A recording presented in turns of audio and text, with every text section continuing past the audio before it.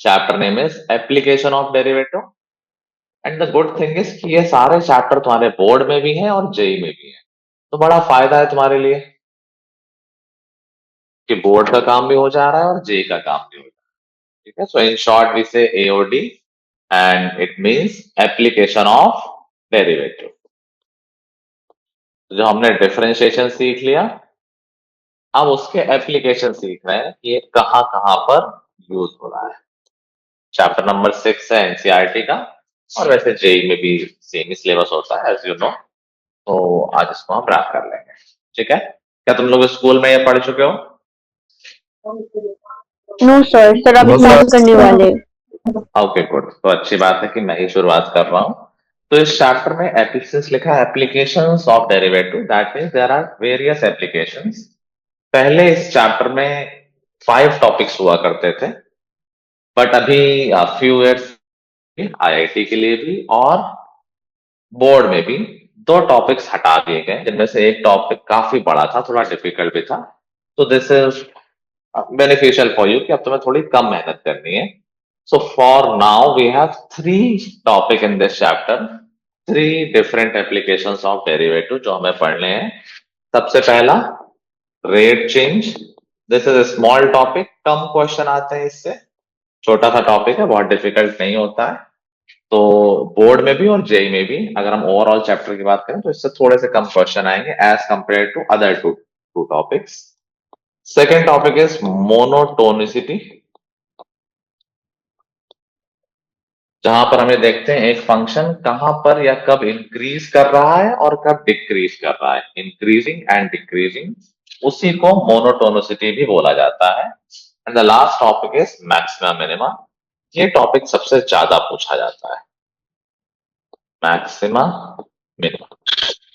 इस टॉपिक में थोड़ा सा डिफरेंस है, जैसे बाकी दोनों टॉपिक्स में JEE and board is almost same, तुम एक के लिए पढ़ोगे दोनों के लिए हो जाएगा। मैक्सिमम मिनिमम में सिर्फ टाइप ऑफ क्वेश्चंस की बात करें तो बोर्ड में थोड़े एक दो क्वेश्चन है जो थ्योरेटिकल है, एक दो टाइप के क्वेश्चन बोर्ड में वो आ जाता है 5 मार्क्स में, बट जेई में उतना थ्योरेटिकल क्वेश्चन नहीं आता है, तो वहां थोड़ा सा डिफरेंस क्रिएट होगा।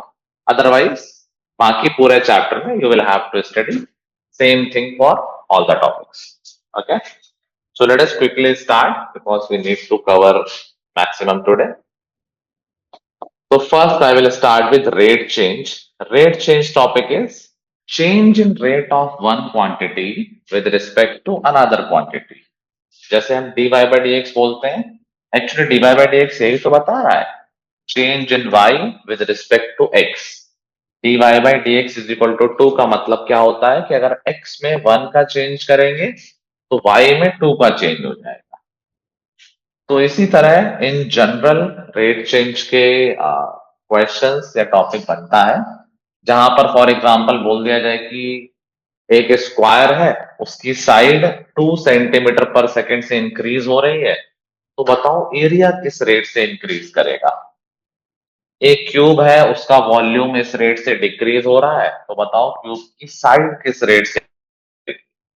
तो इस तरह के क्वेश्चंस बनेंगे इस टॉपिक में, that is rate change. Okay, so I'll start with very simple example. Let us suppose कहा जाए कि एक सर्कल है, तो सर्कल की एक रेडियस होती है और सर्कल का एरिया होता है। सपोज अगर सर्कल की रेडियस धीरे धीरे बढ़ने लगे तो क्या उसका एरिया भी बढ़ने लगेगा? मान लो थोड़ी देर बाद रेडियस इतनी होगी, तो अब ये रहा circle, as we increase radius क्या एरिया भी बढ़ता रहेगा? Yes sir. और किस रेट से बढ़ेगा, इसमें कुछ रिलेशन होगा। अगर मैं बोल रहा हूं कि रेडियस बढ़ रही है 2 सेंटीमीटर पर सेकेंड, तो ऐसा थोड़ी कि एरिया भी 2 सेंटीमीटर स्क्वायर से ही बढ़ेगा, उसका कुछ रूल होगा, उसके हिसाब से एरिया चेंज होगा। एंड इस पे भी डिपेंड करेगा कि करेंटली रेडियस कितनी है। मतलब कहा जाए कि रेडियस 5 से 7 हो गई, तब जो रेट ऑफ चेंज होगा, और जब 7 से 9 हो जाएगी तब जो रेट ऑफ चेंज होगा, इट विल बी डिफरेंट। हर वक्त सेम रेट पे चेंज नहीं हो रहा होगा, वो डिपेंड कर रहा होगा कि किस समय करंट रेडियस कितनी है। तो ये इन जनरल देख के समझने वाली बात हो गई। लेट अस सी अब डिफरेंशियल पार्ट कि कैसे हमें करना है, इट्स क्वाइट इजी पार्ट। तो जैसे कहा जा रहा है कि एक सर्कल है जिसकी रेडियस चेंज हो रही है at a rate of 2 centimetre per second. अब उसको डिफरेंशियल फॉर्म में कैसे समझना है? यार rate of change of radius, क्या मैं इसको ऐसे बोल दूं d r by d t, r r is radius and t is time. अगर rate of change of radius दे रखा है that means mathematically what will write it, d r by d t is 2 centimetre per second. ठीक है, ठीक है, ये बात ठीक लग रही है, समझ में आ रही है? Yes, sir. Yes, sir. Okay, Yes, और sir. हमसे पूछा गया है कि बताओ at what rate area is changing. तो बताओ हमसे क्या पूछा गया है, किस तरह से लिखें? What is the rate of change of area, क्या निकालना चाहिए हमें? DR निकालना है, rate of change of radius. नहीं नहीं, वो तो गिवन है, हमसे पूछा गया rate of change of area, तो क्या तो एक्सप्रेशन? टाइम निकालना है। Pi r square होगा Time. नहीं? No no, I am saying कि क्या पूछा गया है, उसका एक्सप्रेशन बता दो। जैसे rate of change of radius को मैंने D r by d T बोला है, ऐसे ही पूछा गया rate of change of area, उसको क्या बोलेंगे? Pi r square एक r की जगह पे i square लगाएंगे। That is the formula for area. मैं पूछ रहा हूँ कि rate of change of area को कैसे एक्सप्रेस करेंगे, किस नाम से DA एक्सप्रेस by करेंगे? DR. D a by d T, किसी ने बोला अभी, बिल्कुल सही बोला। ए मतलब एरिया और d a by d t मतलब चेंज और rate of change of area. जैसे d r by d t है rate of change of radius, ऐसे ही d a by d t है rate of change of area. ये हमसे पूछा गया है। ये भी बताएगा ये कब पूछा है, कब? When r is equal to suppose 7 centimetre. Question समझ गए कि in a circle radius is changing at a rate of 2 centimetre per second, find the rate of change of area when radius is 7। क्योंकि मैंने तुम्हें पहले बताया था कि रेडियस के डिफरेंट पोजीशन के लिए rate of change of area differ कर सकता है, जो कि अभी हम एक्सप्रेशन में देखेंगे भी। सो क्या सबको क्वेश्चन समझ में आ गया है, सिचुएशन समझ में आ गई है?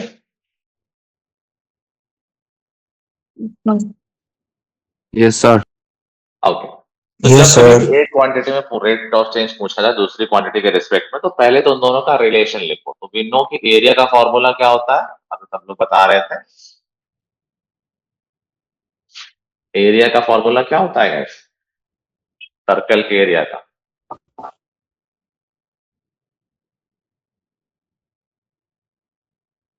सर्कल का एरिया तो सबको पता होगा, pi r. Pi r square cross. और अगर हमें d a by d t निकालना है दैट मीन्स हमें इस इक्वेशन को बोथ साइड डिफरेंशिएट कर देना चाहिए टी के रिस्पेक्ट में। तो ए का डिफरेंशिएशन तो हो गया d a by d t, जो हमने लास्ट क्लास में सीखा है। पाई आर स्क्वायर का डिफरेंशिएशन क्या हो जाएगा? 2 pi r. Very good, it's not complete yet. 2 pi r, और भी कुछ? 2 pi r होगा तो r pi r का भी होगा। नहीं, थ्री। तुमने आर स्क्वायर का डिफरेंशिएशन 2 आर कर दिया है, ये तब सही होता अगर हम आर के रिस्पेक्ट में डिफरेंशिएट कर रहे होते हैं। फिर r को भी डिफरेंशिएट करेंगे। Very good, chain rule, D r by d T. बस आ गया, d a by d t पूछा गया हमसे। टू तो कांस्टेंट है, पाई कांस्टेंट है, इसीलिए देखो आर की नीड भी है, क्योंकि D a by d t are पे भी डिपेंड कर रहा है। जैसे जैसे आर बढ़ता जाएगा वैसे वैसे rate of change of area भी बढ़ता जाएगा। तो क्वेश्चन ने कहा when r is equal to 7, तो आर को 7 पुट कर दिया, d r by d t question में गिवन ही था 2, एंड दैट्स इट, हमारा आंसर आ गया। That will be 88 centimetre square per second. तो क्या समझ में आया कि जब rate of change of radius 2 है तब rate of change of area है 88 व्हेन रेडियस इज 7। अगर व्हेन रेडियस इज 5 बोला होता तो ये थोड़ा और कम हो जाता, रेडियस इज 3 बोला होता तो ये रेट थोड़ा स्लो होता, लेकिन रेडियस जैसे मैं बढ़ाऊंगा तो ये रेट भी बढ़ जाएगा। अगेन वैसे तो हमें प्रैक्टिकली क्या हो रहा है इतना सोचने की नीड नहीं है, we can just find the answer using the direct formula. Clear है सबको, किसी को डाउट इसमें?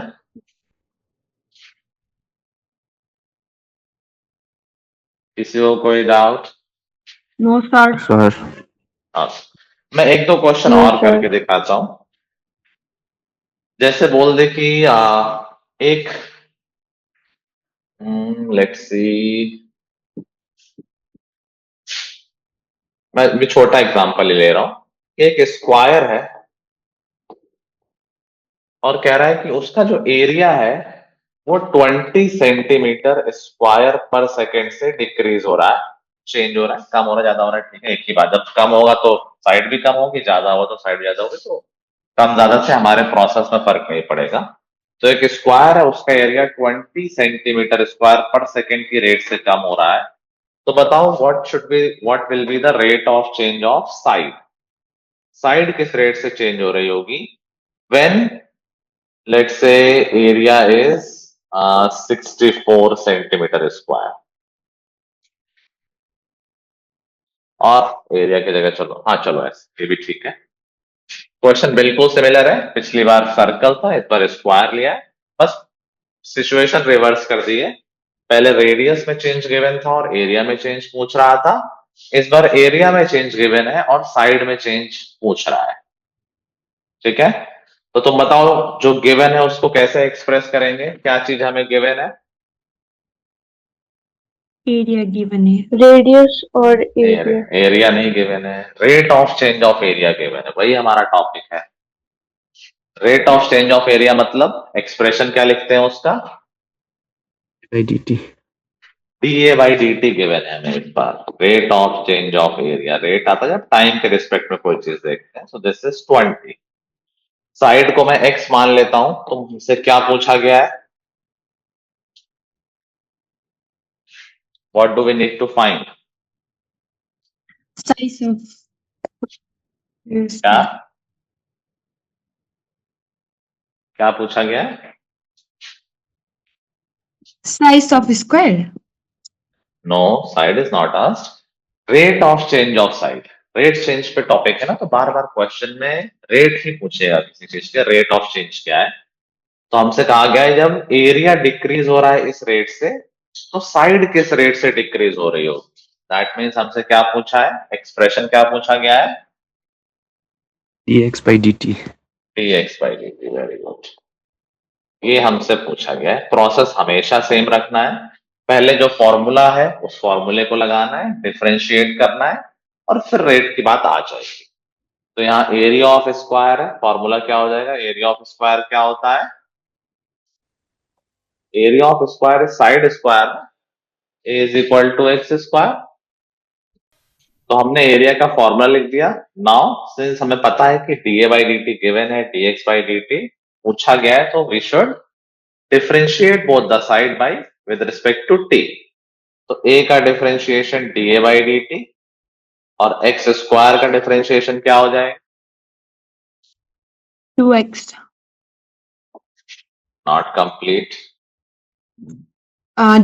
Dx by dt. 2x तब होता है जब हम x के रिस्पेक्ट में कर रहे होते हैं, एक्स स्क्वायर का 2x, बट यहाँ हम t के रिस्पेक्ट में करा, जैसे हम y का करते हैं ना, तो y स्क्वायर का 2y dy बाई dx, क्योंकि x के रिस्पेक्ट में कर रहे हैं तो चेन रूल लास्ट तक चलता है। ऐसे यहाँ x को t के रिस्पेक्ट में कर रहे हैं, इसलिए dx बाई dt भी आएगा। Now in the question da by dt is given, this is 20। ये पूछा गया है तो इसको तो कुछ डालना नहीं है। x क्या डाला जाए ये बता दो।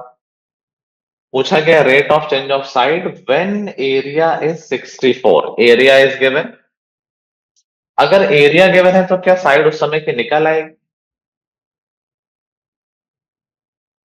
अगर एरिया 64 है तो उस टाइम पर साइड लेंथ कितनी होगी? बिल्कुल, 8 square is 64, that means x directly नहीं गिवन है बट इनडायरेक्टली गिवन है, हम निकाल सकते हैं। तो कब पूछा गया है? जब x इज इक्वल टू 8 है, and that's it. dx by dt क्या आ गया, इसको सॉल्व कर लेंगे और यहां से dx बाई dt आ जाएगा 20 बाई 16 विच इज 5 बाई 4। तो जब एरिया कम हो रहा है 20 सेंटीमीटर स्क्वायर पर सेकेंड के रेट पे, तब साइड का चेंज, रेट ऑफ चेंज जो है वो है 1.25 centimetre per second when side length is 8। This rate is not always fixed. जैसे जैसे एरिया चेंज होता जाएगा रेट ऑफ चेंज भी चेंज होता जाएगा। क्या ये दोनों एग्जाम्पल क्लियर है? So now I will give another example जहां पर दो वेरिएबल आ रहे हो। जैसे कह दीजिए एक सिलेंडर है और इसमें से एक सिलेंडर बनाया जा रहा है। लेट सपोज सैंड डाल के बना रहा है या कोई पीओपी से बना रहा है, वट एवर, मैथमेटिकल प्रॉब्लम नहीं है। सिलेंडर ऐसे बनाया जा रहा है, तो बढ़ाते जा रहे हैं कि हमेशा जो हाइट हो, अच्छा सिलेंडर क्या हो रहा है, उसकी रेडियस भी बढ़ रही है और उसकी हाइट भी बढ़ रही है। तो इस तरह से बनाया जा रहा है कि जो हाइट हमेशा होती है वो रेडियस का डबल होती है। ये बताया गया है क्वेश्चन में कि किसी भी मोमेंट पे अगर तुम हाइट चेक करोगे सिलेंडर की, that will always be double of the radius. ठीक है, फिर कहेगा कि find the rate of change of volume, या उल्टा पूछ लें, चलो सीधा ही पूछ लेते हैं। Find the rate of change of volume when radius is changing at a rate of 3 centimeter per second and when height is 10 centimeter। Question अगर तुम्हें लिखना हो तो लिख भी सकते हो। A cylinder is being formed in such a way that height is always double of the radius। Short में भी लिख सकते हो, so that reference के लिए तुम्हें पता हो। A cylinder is being cast, is being formed in such a way that height is always twice the radius. If rate of change of radius is 3 centimeter per second, what will be the rate of change of volume when height is 10 centimeter? Question सबको समझ में आ गया?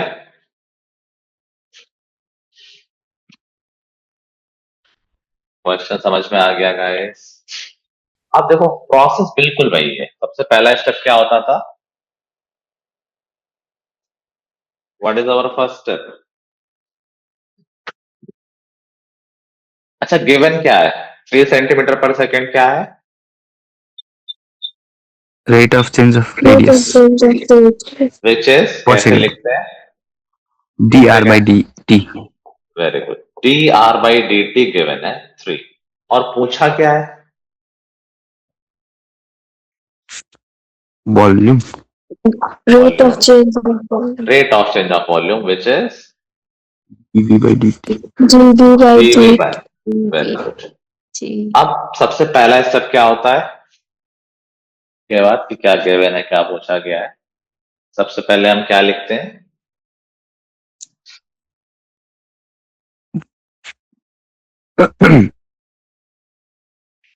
सबसे पहले हम relevant formula लिखते हैं। जैसे एरिया था तो एरिया का फॉर्मूला लिखा था, इस बार वॉल्यूम है तो वॉल्यूम का फॉर्मूला लिख लेंगे। क्या वॉल्यूम ऑफ सिलेंडर का फॉर्मूला पता है तुम लोगों को? पिछले क्वेश्चन से थोड़ा सा डिफरेंट क्यों है? क्योंकि इसमें दो वेरिएबल आ गए। अभी तक हमने सिर्फ एक वेरिएबल किया था, सर्कल वाले में सिर्फ रेडियस वेरिएबल थी और स्क्वायर वाले में साइड वेरिएबल। तो हमें ध्यान रखना है हमेशा कि इस टॉपिक में और आगे भी जो टॉपिक आएंगे, हम कभी भी दो वेरिएबल जब होते हैं तब डिफरेंशिएशन नहीं करते हैं। We need to make it in one variable only. इसीलिए कोई और इंफॉर्मेशन ऐसी जरूर गिवन होगी, नहीं गिवन होगी तो कुछ किसी और तरीके से निकल रही होगी, शायद ज्योमेट्रिकली निकल रही हो या कुछ और बताया हो जो तुम्हें डायरेक्टली समझ में ना आ रहा हो। लेकिन ये ध्यान रखना कि डिफरेंशिएट करने से पहले इट इज नेसेसरी कि हम एक वेरिएबल को रिमूव करते हैं। दो वेरिएबल में हम डिफरेंशिएशन नहीं करते हैं, वो हमारे सिलेबस में ही नहीं है। ठीक है, तो यहाँ तो बहुत क्लियरली दिया है कि h हमेशा कैसा है। h की जगह हम क्या लिख सकते हैं? h is equal to 2r given है ना, तो क्या ये फॉर्मूला 2 पाई r क्यूब बन जाएगा इस सिचुएशन के लिए? Yes, sir. h की जगह 2r लिख दिया एंड दैट्स इट। अब हमारा पिछले जैसा ही तो बन गया ये। dv बाई dt निकालना है, dv बाई dt क्या हो जाएगा, इसको डिफरेंशिएट कर लो तो 6 पाई r square dr by dt। बस अब सारी वैल्यूज पता ही है कि 6 है, पाई पाई है, r दे रखा है आर नहीं दे रखा है लेकिन एच दे रखा है। अगर हमें एच पता है तो क्या हम आर बता सकते हैं इस फॉर्मूले की हेल्प से? थोड़ा इजी करने के लिए सर वो dr/dt से क्यों दिखाया है? क्या? हमें dr/dt 3 दिया है ना? हाँ वो तो ठीक है, आर आर की जगह क्या पुट करें? आर h/2 आर क्योंकि एच गिवन है, अगर एच पता है तो यहां से वैल्यू रख के आर भी निकाल लेंगे ना। अगर एच 10 है तो उस टाइम पे आर कितना होगा? 5 5 एंड दैट्स इट। सारी वैल्यूज पुट हो गई और rate of change of volume हमें मिल गया।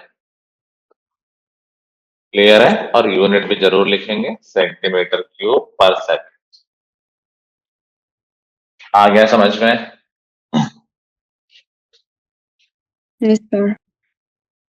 ठीक है, तो बहुत इसमें वैरायटी नहीं है, जैसे मैं बता रहा था बहुत सिंपल सा टॉपिक है। इसमें इसका अगला स्टेप क्या होगा, अब मैं कराऊंगा नहीं, करना तुमको होगा, मैं बस बता दे रहा हूं। जैसे क्या दे देगा, हो सकता है कभी एक स्फीयर की बात कर ले और rate of change of volume they they dv by dt suppose 100 और rate of change of area पूछ ले। तो देखो वॉल्यूम और एरिया का डायरेक्ट फॉर्मूला कोई नहीं है, तो इसमें हमें 2 स्टेप में काम करना होगा। जैसा कि हम देख रहे हैं पिछले क्वेश्चंस में कि dv बाई dt दिया है, उसकी हेल्प से dr बाई dt निकल आएगा। वॉल्यूम ऑफ स्फीयर रेडियस से कनेक्टेड होता है ना, मान लो dr बाई dt 10 आ गया, मैं ऐसे लिख दे रहा हूं। और एरिया और रेडियस का फॉर्मूला होता है, तो फिर हम एरिया और रेडियस का फॉर्मूला करके da बाई dt निकालेंगे। dr बाई dt ऑलरेडी निकल चुका होगा और उसकी हेल्प से da बाई dt निकाल। क्या ये मेरी बात समझ में आ रही है सबको? हाँ yes sir.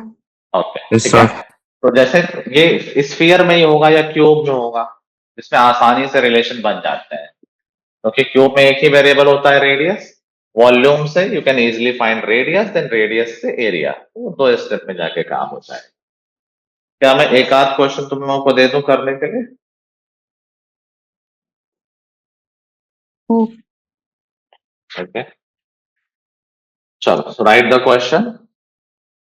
Volume of cube is increasing at a rate of 9 centimeter cube per second. Volume of cube is increasing at a rate of 9 centimeter cube per second. How fast surface area is increasing? How fast surface area is increasing when the length of side is 10? Side को x बोल दे रहा हूं। जिस moment पे length of side 10 है उस moment पे rate of change of area निकालना है। ठीक है, जल्दी से ट्राई करो सब लोग। Let me check. तो सिंस हमें volume, rate of change of volume दे रखा है और एरिया पूछा है, वॉल्यूम और एरिया का तो हम डायरेक्ट फॉर्मूला लेते नहीं, बट वॉल्यूम ऑफ साइड का डायरेक्ट फॉर्मूला है। वॉल्यूम ऑफ क्यूब होता है साइड क्यूब, तो डीवी बाई dt क्या हो जाएगा?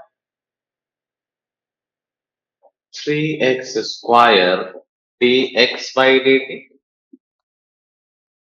dv बाई dt हमें दे रखा है 9, x is given that is 10, put the value 300 and dx by dt, तो मैंने कहा था 0.03 आएगा। तो dx by dt आ गया 9 by 300, या हम कैंसिल कर लें तो 3 by 100। एज आई टोल्ड ये क्वेश्चन 2 स्टेप में होगा। अभी यहां से dx by dt आ गया। Now let us right the formula for area. Area होता है x square, dA by dt पूछा गया है, सो dA by dt is 2x into dx by dt। 2x क्या हो जाएगा? 2 x into 2 that is 20, dx by dt we have already found 3 by 100। 3 by 5 आया बेटा, तुम 27 by 5 3.6 आएगा सर। सर मैंने यहाँ मिस्टेक किया था sir. So dv by dt में मैंने 2x स्क्वायर लिखा ना सर, 3x था। ओह ओके ओके एनीवे तो क्या आप सबको बात समझ में आ गई है? Yes sir. ठीक है, तो इसी तरह के क्वेश्चन इसमें आएंगे, बहुत कोई वैरायटी इसमें नहीं बनेगी। Should we move on to the next topic? Yes, sir. Okay sir. For practice, you have one complete exercise in NCERT. उसके अलावा जो हमने पीडीएफ शेयर किया है उसमें एओडी की बहुत सारी एक्सरसाइज है टॉपिक वाइज। तो जो सेकंड एक्सरसाइज है उसमें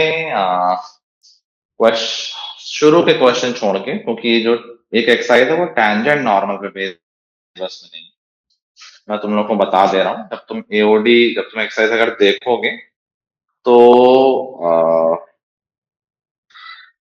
फर्स्ट एक्सरसाइज उसमें ऊपर लिखा हुआ tangent normal, that is not in the syllabus, वो सिर्फ जे एडवांस में सिलेबस में, उसको भी करने की जरूरत नहीं, उसको छोड़ देना।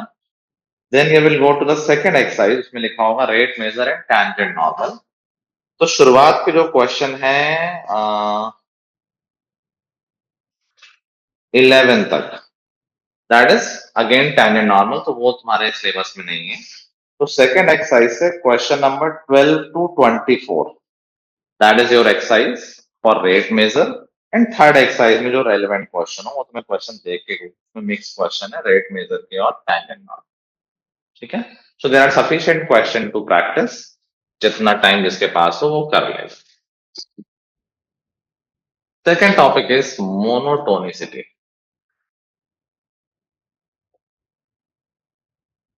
Monotonicity means when a function will increase or increasing or decreasing. Increasing function का मतलब क्या होता है? एक function when x is increasing and at the same time y is also increasing, that is known as increasing function. नाम से ही clear है, clearly समझ में आ रहा है कि फंक्शन धीरे धीरे बढ़ रहा है। And similarly we have decreasing function, जहां पर फंक्शन धीरे धीरे कम हो रहा होगा। ठीक है, as x increases y decreases. तो ऐसा फंक्शन जो थ्रू आउट इट्स डोमेन हमेशा ही बढ़ता रहता है, ऐसे फंक्शन को बोला जाता है इंक्रीजिंग फंक्शन। और जो function throughout the domain घटता रहता है, कम होता रहता है, that is known as decreasing function. अब ऐसा तो नहीं है कि हर फंक्शन या तो हमेशा बढ़ेगा या हमेशा कम होता जाएगा, तो कुछ टाइम इंक्रीज होगा, कुछ टाइम डिक्रीज होगा। तो इन जनरल ओवरऑल उस फंक्शन को हम बोलेंगे नीदर इंक्रीजिंग नॉट डिक्रीजिंग। तो हमारे मेनली जो क्वेश्चन बनते हैं इस टॉपिक से, वो क्वेश्चन बनते हैं कि ये बताना कि कब किस इंटरवल में एक फंक्शन इंक्रीजिंग है और किस इंटरवल में एक फंक्शन डिक्रीजिंग है। समझ में आ रही बात? Yes, sir. ठीक है, जैसे कोई फंक्शन मान लो इस तरह से है और पूछा जाए कि बताओ कहां पर ये इंक्रीजिंग है और कहां पर डिक्रीजिंग। सपोज ये पॉइंट है 2, ये है 4, तो हम क्या बताएंगे? इसी पैटर्न पे चल रहा है, तो हम बताएंगे फंक्शन इंक्रीजिंग कहां पर है। This is increasing from minus infinity to 2। Minus infinity से लेके 2 तक तो ये बढ़ रहा है, बट 2 to 4 में क्या ये कम होने लगा, तब ये इंक्रीजिंग नहीं है। And then again after 4, union 4 to infinity. These are the intervals where this function is increasing, और अगर decreasing पूछ लिया जाए so that will be 2 to 4। ठीक है, बाउंड्री वैल्यू और इक्वलिटी का इसमें क्या होता है? तो अगर एक वर्ड स्ट्रिक्टली आता है कि बोल दे कि एक फंक्शन स्ट्रिक्टली इंक्रीजिंग है, दैट मीन्स कांस्टेंट को नहीं लेंगे, कांस्टेंट नहीं चलेगा। मतलब सपोज एक फंक्शन ऐसा था, ठीक है, सो ओवरऑल अगर मैं सिर्फ इंक्रीजिंग वर्ड यूज करूंगा तो मैं बोलूंगा हाँ ये फंक्शन हमेशा इंक्रीजिंग है, ऑल्दो इस इंटरवल में बढ़ नहीं रहा है बट घट भी नहीं रहा है, इसलिए इंक्रीजिंग की कैटेगरी में आ गया। बट अगर स्ट्रिक्टली वर्ड लिखा है कि स्ट्रिक्टली इंक्रीजिंग, मतलब वो हमेशा बढ़ना चाहिए, कांस्टेंट भी नहीं होना चाहिए, तो फिर ये केस नहीं चलेगा। इस पोर्शन में हम उसको स्ट्रिक्टली इंक्रीजिंग नहीं बोलेंगे। ठीक है, सो फार कोई डाउट?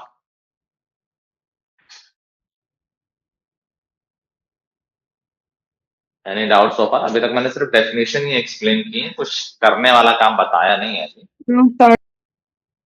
ओके, अब क्वेश्चन कैसे करेंगे? क्वेश्चन में पूछेगा एक फंक्शन बताओ कहां पर इंक्रीजिंग और कहां पर डिक्रीजिंग, तो उसका रूल होता है डेरिवेटिव से। एक चैप्टर ही है एप्लीकेशन ऑफ डेरिवेटिव।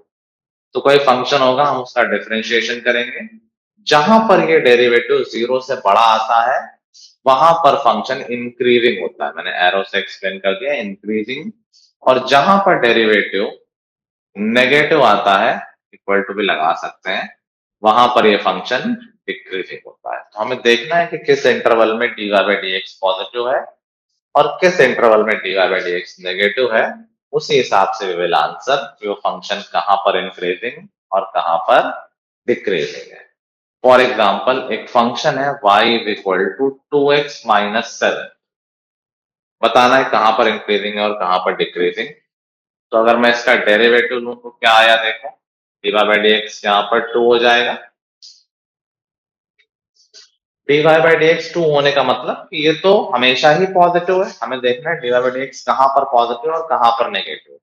यहाँ तो dy बाई dx कांस्टेंट आ गया है, x से मतलब ही नहीं है इसको। तो यहाँ पे हम क्या कह सकते हैं, इस फंक्शन के लिए dy बाई dx तो हमेशा ही पॉजिटिव है।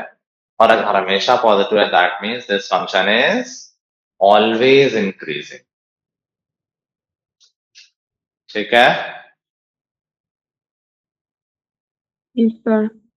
And you know this function. बताओ क्या तुम्हें इसका ग्राफ पता है, कैसा फंक्शन है ये? क्लास 9 से करते आ रहे हो। दिस इज अ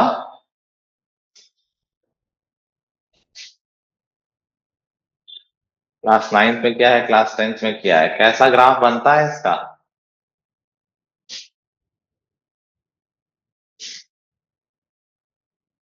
क्या ये एक लीनियर इक्वेशन है? क्लास 9 में तुमने पढ़ा था linear equation in two variables.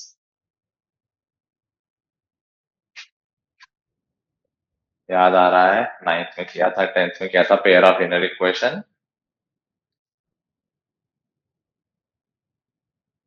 अरे नहीं याद आ रहा तो बता दो, तो मैं वो याद दिलाऊंगा। इस बताओ तो।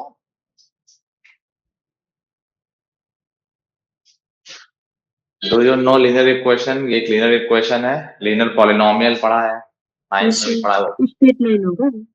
और लीनियर इक्वेशन का ग्राफ हमेशा स्ट्रेट लाइन होता है। So this is the graph. Man can we observe किया, ये तो हमेशा ही इंक्रीज कर रहा है। जैसे जैसे x बढ़ाओगे वैसे वैसे y भी बढ़ता जाएगा। तो clearly this is an increasing function by graph, you can observe. और डेरिवेटिव से भी यही मालूम चला कि अच्छा ये तो हमेशा से इंक्रीज कर रहा है। ठीक है, तो हम बोलेंगे कि this function is always increasing, क्योंकि इसका डेरिवेटिव हमेशा पॉजिटिव है। फिक्स डेरिवेटिव आ गया, कांस्टेंट आ गया, तो हमेशा पॉजिटिव है। क्लियर है? Yes, sir. Let us do another example. Suppose कोई फंक्शन है y is equal to x square minus 4x plus 6, और देखते हैं फंक्शन कहां पर इंक्रीजिंग है। तो इंक्रीजिंग देखने के लिए क्या करना होता है, क्या मेथड बताया गया है? क्या करें सबसे पहले?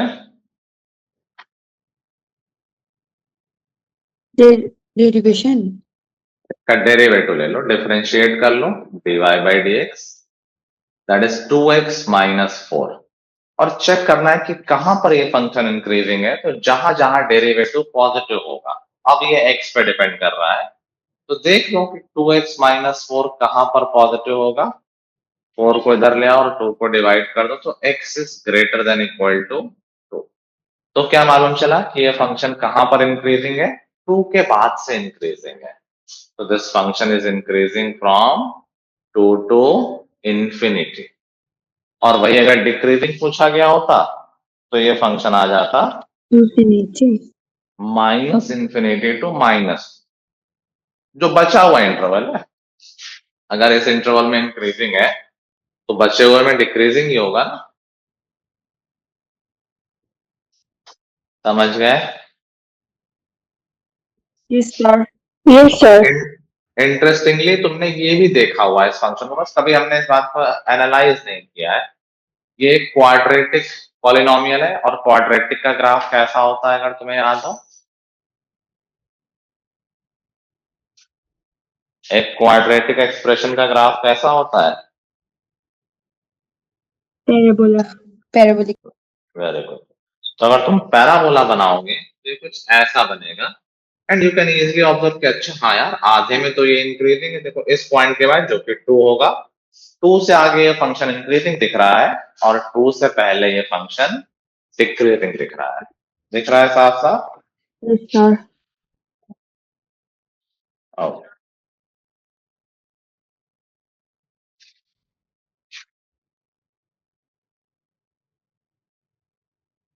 आ गया समझ में? Yes, sir. यस सर अब देखो पॉलिनोमियल लेवल पे इसमें जो क्वेश्चन आते हैं वो जनरली क्यूबिक तक आते हैं, तो हमने लीनियर देख लिया, बहुत इजी है, वो तो नहीं आता है। क्वाड्रेटिक भी आने के चांस बहुत कम है क्योंकि बहुत इजी है, ये भी मुश्किल नहीं था। क्यूबिक को जब तुम डिफरेंशिएट करोगे तो वो क्वाड्रेटिक बनेगा, वहां थोड़ी मेहनत करनी होती है। तो इन जनरल एक मेथड होता है पॉलिनोमियल के लिए, तुम्हें हेल्प करेगा। क्या तुमने वेविकर मेथड किया हुआ है? एक एक्सप्रेशन कहां पर पॉजिटिव और कहां पर नेगेटिव, Yes, sir. वेविकर मेथड किया हुआ है? सर वो पे सर लिखा एक हुआ बार है रिवाइज कर दीजिए सर, एक बार रिवीजन कर दीजिए ना सर। हाँ बिल्कुल। तो अभी टॉपिक भूल जाओ, सपोज हमें बताना हो कि ये एक्सप्रेशन कहां पर पॉजिटिव है और कहां पर नेगेटिव, या सिर्फ पॉजिटिव देख लो कहां पर पॉजिटिव है, तो बताना आता है तुम लोगों को? क्या दो करते पर हैं? फिर इसको नंबर लाइन में रिप्रेजेंट करते हैं ना। वेरी गुड, पहले नंबर लाइन बनाएंगे और वहां पर क्रिटिकल पॉइंट पहले बनाएंगे जहां पर ये 0 हो रहा है। मैंने बताया था किसी क्लास में क्या? नहीं सर वो पहले सर ने बताया सर ओके ओके। तो देखो ये एक्सप्रेशन कहाँ कहाँ 0 हो रहा है, 1 पे, 2 पे और 3 पे, ठीक है। तो नंबर लाइन को नंबर्स को रिप्रेजेंट कर लेंगे, सबसे राइट साइड में पॉजिटिव ले लेंगे एंड देन ऑल्टरनेट करते रहेंगे, माइनस प्लस माइनस। तो ये एक्सप्रेशन कहां पर पॉजिटिव होगा, तो पॉजिटिव वाले ले लो, 1 से लेके 2 तक, यूनियन 3 से इंफिनिटी। ब्रैकेट कौन से लगेंगे वो क्वेश्चन पे है, जैसे यहाँ पर इक्वलिटी लगी हुई है दैट मीन 0 भी ओके है, तो जिन वैल्यू पे 0 हो रहा है वो भी ले लो। और अगर इक्वलिटी नहीं लगी होती तो इन यहाँ पर हम ओपन ब्रैकेट कर देते हैं और 1 2 और 3 को इंक्लूड नहीं करते, ठीक है। आ गई बात समझ में? Yes sir. इसी में इट डज नॉट मैटर कि ऊपर है या नीचे, ओके, हमें इवेंचुअली साइन की बात करनी है कि पॉजिटिव है या नेगेटिव। इट्स नॉट मल्टीप्लाई हो चाहे डिवाइड हो, साइन का तो सेम ही इम्पैक्ट होगा। तो अगर ऊपर की जगह कुछ नीचे भी आ जाए तो भी कोई दिक्कत वाली बात नहीं है, बताना है कब नेगेटिव है। चलो तुम लोग करके दिखाओ ये वाला।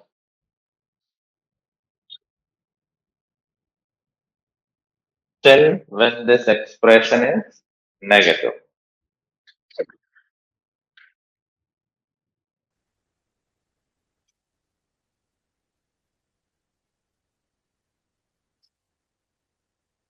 आई होप सबने कर लिया है। तो प्रोसेस बिल्कुल सेम है जो हमने जस्ट अभी की थी। पहले क्रिटिकल पॉइंट्स ड्रॉ कर लो जहां पर ये चारों टर्म्स 0 बन रहे हैं, तो दोस points will be -4, -2, 1 and 3, and this just go alternate, plus minus plus minus plus.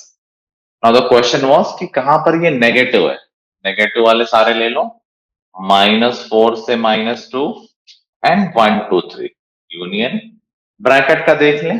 तो देखो यहाँ पर बहुत इंपॉर्टेंट बात एक और भी आ रही है कि न्यूमरेटर डिनोमिनेटर में जो भी एक्सप्रेशन है दैट शुड नेवर बी 0, वो अनडिफाइंड होता है।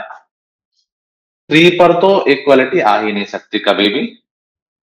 1 पे देखना है तो 1 पे ये 0 बनेगा, बट 0 पे भी इक्वलिटी नहीं गिवन है, इसीलिए हर जगह ओपन ब्रैकेट आएगा क्योंकि यहाँ पर 0 भी नहीं लेना है, सिर्फ लेस देन 0। आ गया समझ में? Yes sir. मुझे लास्ट में जो बोल रहे थे उनकी आवाज समझ में नहीं आई, क्या उन्हें कोई डाउट है? कोई कुछ बोल रहा था बीच में? No sir. Okay great. इसमें बस लास्ट वेरिएशन और रह गया है, अगर कोई पावर्स आ जाए तब क्या इम्पैक्ट पड़ेगा?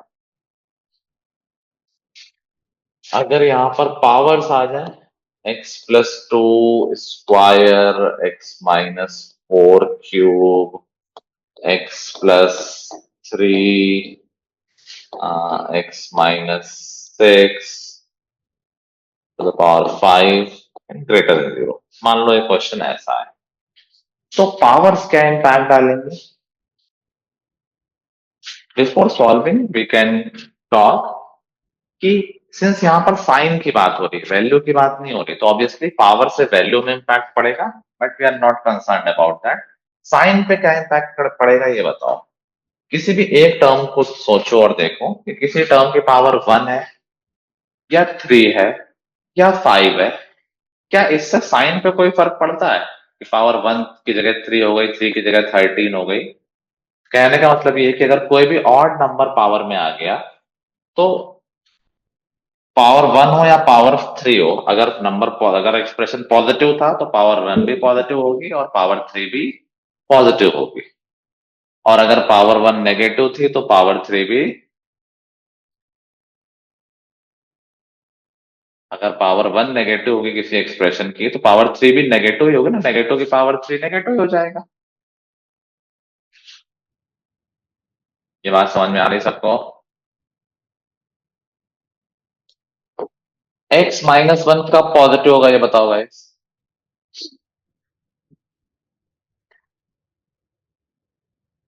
x-1 पॉजिटिव, क्या सोल्यूशन निकालोगे इसका? x क्या होना चाहिए?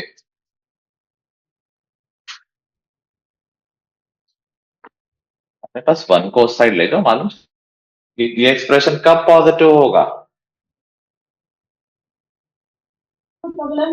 जब -1 को उधर ले जाएंगे तो पॉजिटिव में तो आएगा। सोल्यूशन क्या आया कि x should be greater then 1। अगर x 1 से बड़ा है तो x-1 पॉजिटिव होगा। Great. Yes sir. x-1 cube कब पॉजिटिव होगा? सर इसमें x-1 to the power cube का फॉर्मूला लगाकर और इसमें सॉल्व नहीं कर नहीं सकते हैं। नहीं नहीं नहीं, कोई फॉर्मूले की नीड नहीं। अगर x-1 पॉजिटिव है तो क्या x-1 क्यूब पॉजिटिव नहीं होगा? पॉजिटिव की पावर 3 तो पॉजिटिव ही होती है ना। Yes sir. तो जब भी x-1 पॉजिटिव है तब ये भी पॉजिटिव है, दैट मीन्स इसका आंसर भी सेम ही है, x इज ग्रेटर देन 1। मैं कोई भी ऑड पावर कर दूं सेम ही बात रहेगी।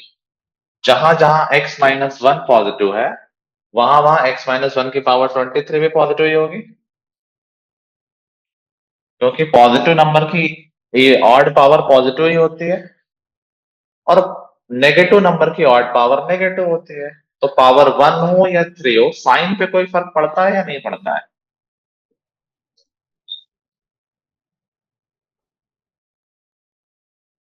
पावर 1 हो या 3 हो, साइन वैसे का वैसा ही रहता है। तो बेसिकली यहाँ मैं क्या समझाना चाह रहा हूँ, कौन से नीचे वो सेम रहता है ये? अगर कोई नंबर पॉजिटिव है उसकी मैं कोई भी ऑड पावर ले लूं, क्या वो पॉजिटिव ही रहेगा? नहीं, वो चेंज हो जाएगा ना। नहीं होगा बेटा, क्यूब पावर ऑड बोली ना, अगर 5 है तो 5 क्यूब भी तो पॉजिटिव ही होगा ना। ऑड पावर है तो वो चेंज सेम नहीं ही तो होगा। है, पॉजिटिव की पावर 3 पॉजिटिव ही होगा ना, और अगर नेगेटिव होता तो उसकी पावर 3 भी नेगेटिव ही आती। Okay sir. किसी भी नंबर की ऑड पावर लोगे तो उसके साइन में कोई फर्क नहीं पड़ता, अगर वो पॉजिटिव था तो पॉजिटिव ही रहेगा और अगर वो नेगेटिव था वो नेगेटिव ही रहेगा। क्या ये बात समझ में आ गई फाइनली? Yes sir. तो हियर जो सीख रहे हैं, जिस मेथड की हम बात कर रहे हैं, वहां तो हम सिर्फ साइन पे ही ध्यान दे रहे हैं कि पॉजिटिव कब और नेगेटिव कब। तो ऑड पावर से हमें कोई प्रॉब्लम नहीं है, अगर पावर ऑड है तो कोई फर्क नहीं, पावर 1 हो या ऑड हो सारी एक ही बातें, साइन को कंसीडर करके। तो जिन जिन एक्सप्रेशन में पावर ऑड है हमें कोई भी नया रूल उसमें नहीं लगाना है, जैसा हम पहले करते थे वैसे ही करते रहेंगे, मतलब भूल जाओ उसको, मान लो पावर है ही नहीं। ठीक है। Okay sir. और अगर किसी एक्सप्रेशन की पावर इवन है, जैसे यहां है किसी भी नंबर की पावर अगर इवन हो तो आंसर कैसा आता है?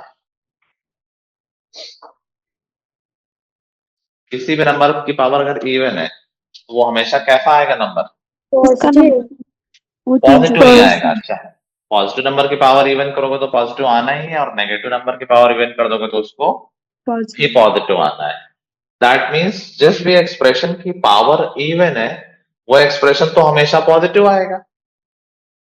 तो सिंस ये हमेशा पॉजिटिव है, ये होता या ना होता, क्या ओवरऑल साइन पे कोई फर्क पड़ता? नहीं पड़ता। नहीं पड़ता। Very good. तो ये एक छोटा सा चेंज आएगा अगर कभी इवन पावर आ गई, कि जिस भी एक्सप्रेशन की पावर इवन है उस क्रिटिकल पॉइंट पे हम साइन चेंज नहीं करेंगे।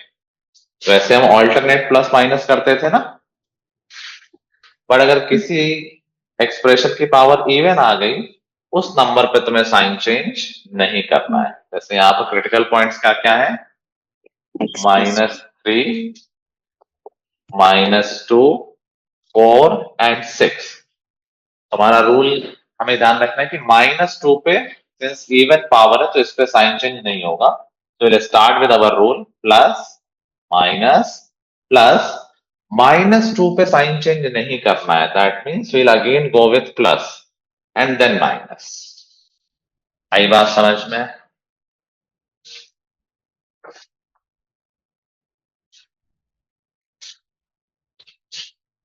जिस भी टर्म की पावर इवन आ जाएगी उस टर्म के नंबर पे साइन चेंज नहीं करना है।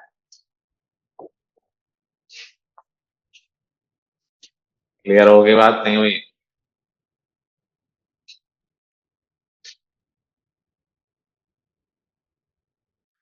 बताओ guys, is it clear? Sir वो 4 और 6 का पावर ऑड है ना?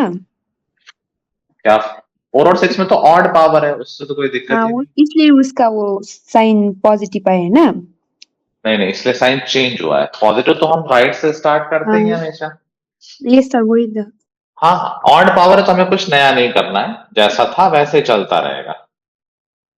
सिर्फ इवन पावर पे हमें क्या करना है, वहां पर साइन चेंज नहीं करना है। ये बहुत आगे का वेरिएशन है, इतना जनरली आता नहीं, बट मैंने समझा बाई चांस कभी आया है। कोई डाउट किसी को? चलो, तो एक क्वेश्चन मैं दे रहा हूं, सब लोग वो क्वेश्चन कर देंगे तो फिर ऐसा ये क्या 2-3 क्वेश्चन दे देता हूं तो लगेगा हाँ इस टॉपिक तुम्हें समझ में आ गया।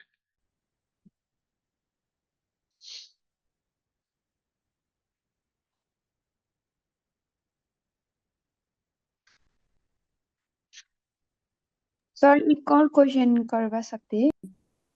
ये वे भी करवाना जो अभी हम कर रहे थे, इसी क्वेश्चन इसी टॉपिक पे बोल रहे हो, वे भी कर पे या इंक्लूडिंग नहीं डिक्रीजिंग? सर, ये थोड़ा सा समझ में नहीं है वो ऑर्डर इवन पावर का। अच्छा अच्छा, श्योर श्योर। तो बताओ,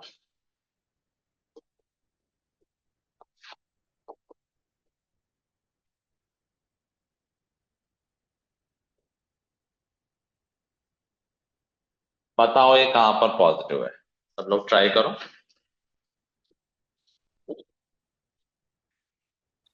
okay, let me check.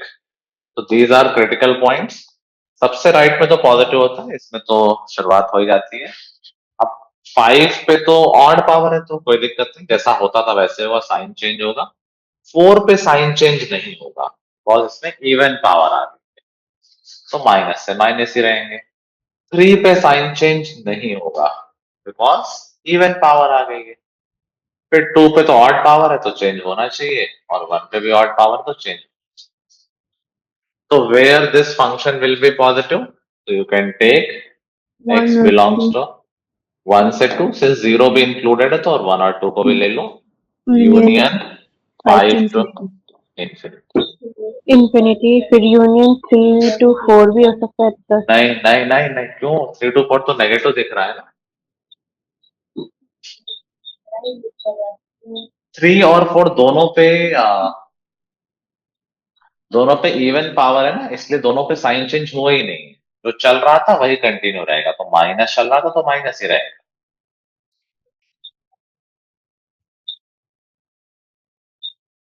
Basically ये मान लो ऑड पावर का मतलब है पावर 1, ऑड पावर को भूल जाओ, ऑड पावर मतलब पावर 1 सिर्फ, और इवन पावर मतलब पावर 2, और पावर 2 पे साइन चेंज नहीं होंगे जिन जिन टर्म पे पावर 2 आ,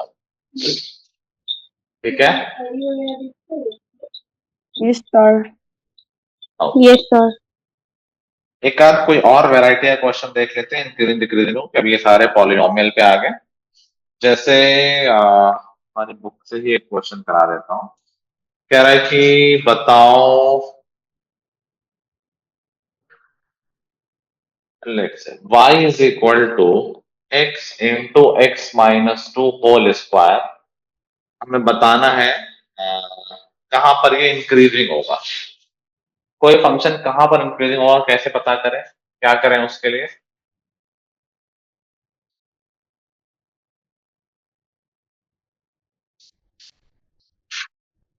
क्या करें?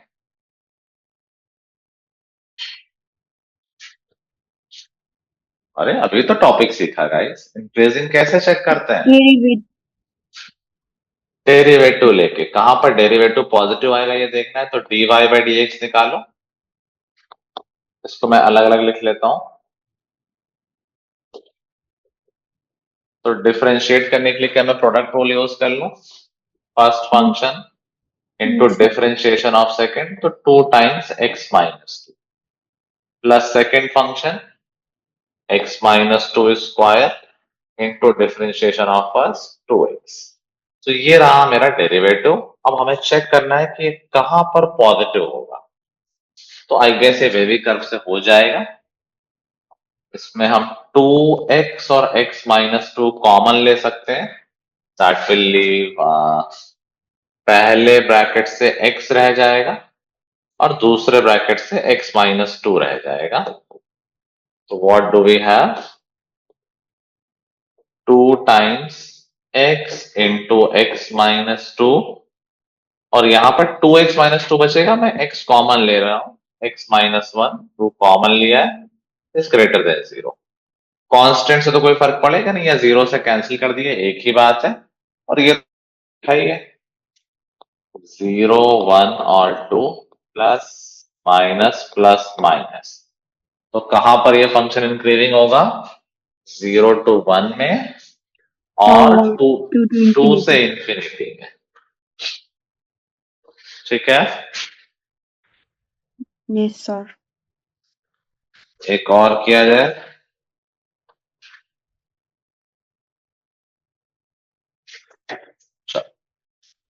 लेट्स सी, एक फंक्शन है y is equal to log of 1 plus x minus 2x over 1 plus x, और दे रखा है x is greater than minus 1। तो डोमेन पहले से डिफाइन कर दिया कि लॉग फंक्शन की डोमेन पता है तुम लोगों को क्या होती है? लॉग की डोमेन कैसे निकालते हैं?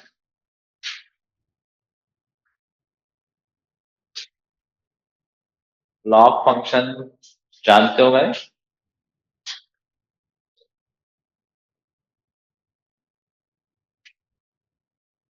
डोमेन के क्वेश्चंस किए हुए हैं पहले, डोमेन निकालना, रेंज निकालना।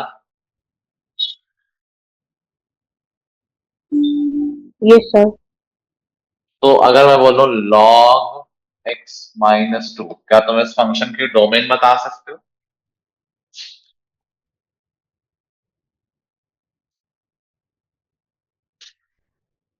हाँ, जल्दी रिस्पॉन्ड कर दिया करो तो मैं जल्दी बता दूं, अगर नहीं आता है तो बता दूं, आता है तो आगे बढ़ो।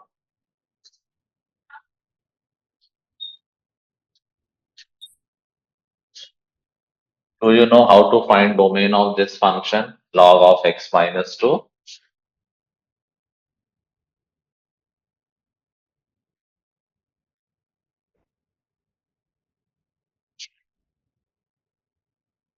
आई एम एज्यूमिंग कि नहीं आता है। तो लॉग की डोमेन होती है, log is only defined for positive number. तो जब कभी भी लॉग होता है तो वी मेक श्योर कि जो भी लॉग के साथ लिखा हो that should be positive, that means x should be greater than 2। तो domain of this function is 2 to infinity, that's how we find the domain.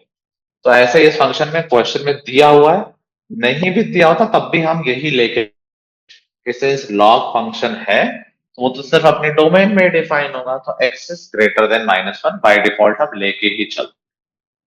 Now the question is बताना है ये फंक्शन कहां पर इंक्रीजिंग है और कहां पर डिक्रीजिंग। एक बार तुम लोग ट्राई करो फिर मैं बताता हूं। बताओ कहां पर ये फंक्शन इंक्रीजिंग होगा और कहां पर डिक्रीजिंग। चलो मैं करता हूं। तो हमें बताना है ये फंक्शन कहां पर इंक्रीजिंग या डिक्रीजिंग है। तो first I need to find the derivative. Log x का डेरिवेटिव पता ही है 1/1 + x, और ये क्वोशिएंट रूल लगेगा। तो second function derivative of first minus first function derivative of second upon second function का square. So we have 1/1 + x minus 2/1 + x square, और हम चाहें तो एलसीएम ले लें तो ये आ जाएगा 1 + x - 2। -2. 1 + x - 2 will be x - 1, I suppose. Am I correct? X plus 1 minus 2y. x plus 1 - 2 y और -2 y कहां से आया? नहीं sir, x plus 1 minus 2. That is By x - 1 ना? Is this it? Yes sir. Or x plus 1 square. Something is wrong. Question is log 1 + x minus 2x upon, sorry, it is 2 + x. Although ठीक है ये भी एक question है, no problem. सो ये हमारा expression आ गया dy/dx। Now we need to see कि ये कहां पर पॉजिटिव है कहां पर negative. We can do it by wavy curve method और we can just do it orally, ऐसे ही दिख जाएगा। दिस इज ऑलवेज पॉजिटिव, तो ये तो हमें देखने की जरूरत है ही नहीं। And इसको बस देख लो कि x - 1 कहां पॉजिटिव होता है, जब x 1 से बड़ा होता है। तो this function is increasing from 1 to infinity। समझ गए बात को? Yes, sir. बाकी बेबी व्हाट,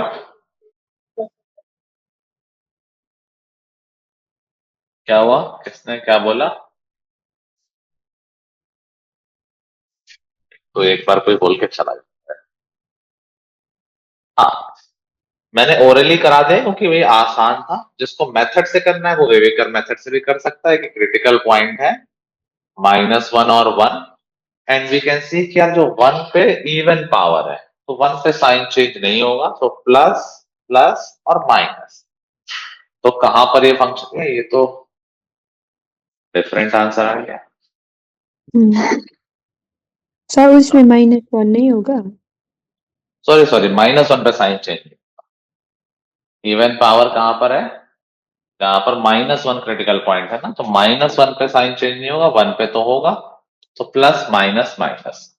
तो कहां पर ये फंक्शन इंक्रीजिंग है, 1 से लेके इंफिनिटी। अगर डिक्रीजिंग पूछता तो -1 से 1, पूरा इंफिनिटी नहीं लेते क्योंकि वो डोमेन में नहीं है हमारी। डिक्रीजिंग कहाँ है, हमारे डोमेन ही -1 से फर्दर आगे है, उसके पीछे तो फंक्शन डिफाइन ही नहीं है। तो -1 से 1 में फंक्शन डिक्रीजिंग होगा और 1 से इंफिनिटी में इंक्रीजिंग होगा। क्लियर है?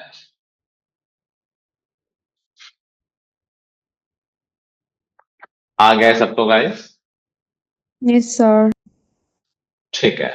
So this marks the end of second topic of this chapter. Third मैं आज नहीं करा रहा, कराता बट फिर ज्यादा भी हो जाएगा। थर्ड टॉपिक सबसे ज्यादा इंपॉर्टेंट है, सबसे ज्यादा पूछा जाता है, तो उसके लिए एक क्लास और असाइन कर लेते हैं। Till then you can do these two topics, जिसका मैं बता देता हूँ कि क्या क्या एक्सरसाइज है तुम्हारे पास। आई होप सर भी है क्लास में। हाँ सर, हाँ सर, हाँ, बताएं। सर इनको मैं लिखवा रहा हूं ताकि आपको भी पता चल जाए। जो एनसीईआरटी है they can do exercise 6.1 complete and 6.2 complete. We have done 2 topics today. ये रेट चेंज पे है and this is increasing decreasing function या मोनोटोनिसिटी।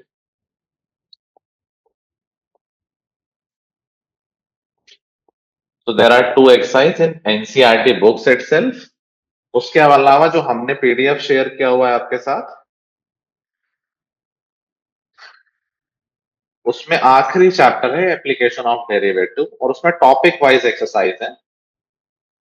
तो जो पहला टॉपिक है उसकी एक्सरसाइज 2 ये लोग कर सकते हैं।